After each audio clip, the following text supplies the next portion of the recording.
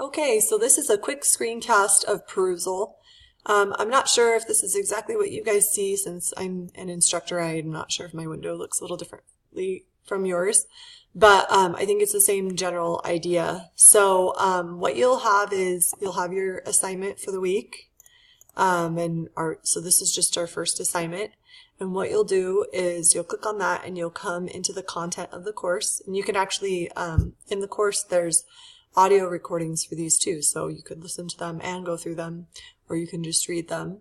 But what you'll do is you'll come through the content, and Perusall is really cool because you can annotate the actual content and create questions or comments about the content as you're reading it. And so what's really nice is that it facilitates, I feel, a more natural discussion about the information because we're actually referring right back to the information, and it doesn't feel completely like we're generating this weird kind of unnatural thing where you're just trying to come up with something for a discussion board. So you can highlight the text and then you can automatically write a comment on it.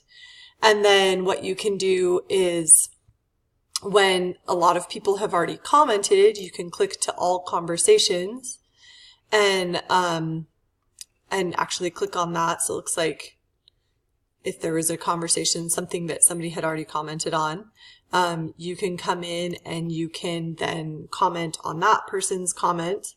So it looks like here's a comment I've put in previously, and then you could add to the conversation by commenting on another person's comment, and so on and so forth. And you can do this throughout the entire, and you should, I might add, do this throughout the entire conversation or throughout the entire slideshow so that we can have a really full conversation about the content for the week. So you can kind of look down through these little side icons to understand it's pretty straightforward to enter a comment. You just write and then hit enter, and that enters a comment. To delete that comment, yes, I'd like to delete that comment. It's pretty straightforward. So that's what you're doing with Perusall. I should note that there are some requirements. You are required to post at least 5 posts. They can be posts that highlight information. They can be ones that are responding to other people's comments. I would say that you should probably do a mixture of those so that it's really clear that you are responding both to the text and the information there, but also engaging in the conversation with your classmates. So the minimum number is 5, and they should be substantial.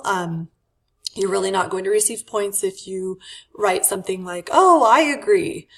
Just like our normal discussion board expectations, we would expect that you are showing more thought, more engagement with the actual material and with your classmates than just a simple, couple of words or kind of a throwaway phrase.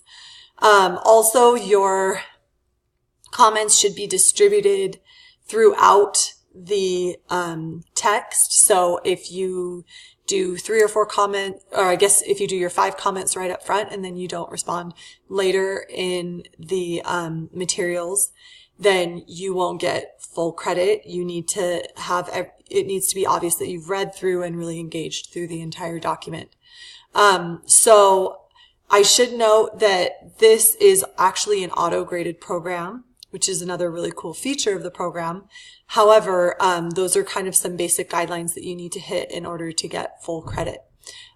You can come in and access it more than once. So say there isn't a lot to comment on at the beginning of the week. Please come back in later on during the week or a couple more times and comment a little bit more and engage in those conversations. And you should be able to hit those minimum requirements.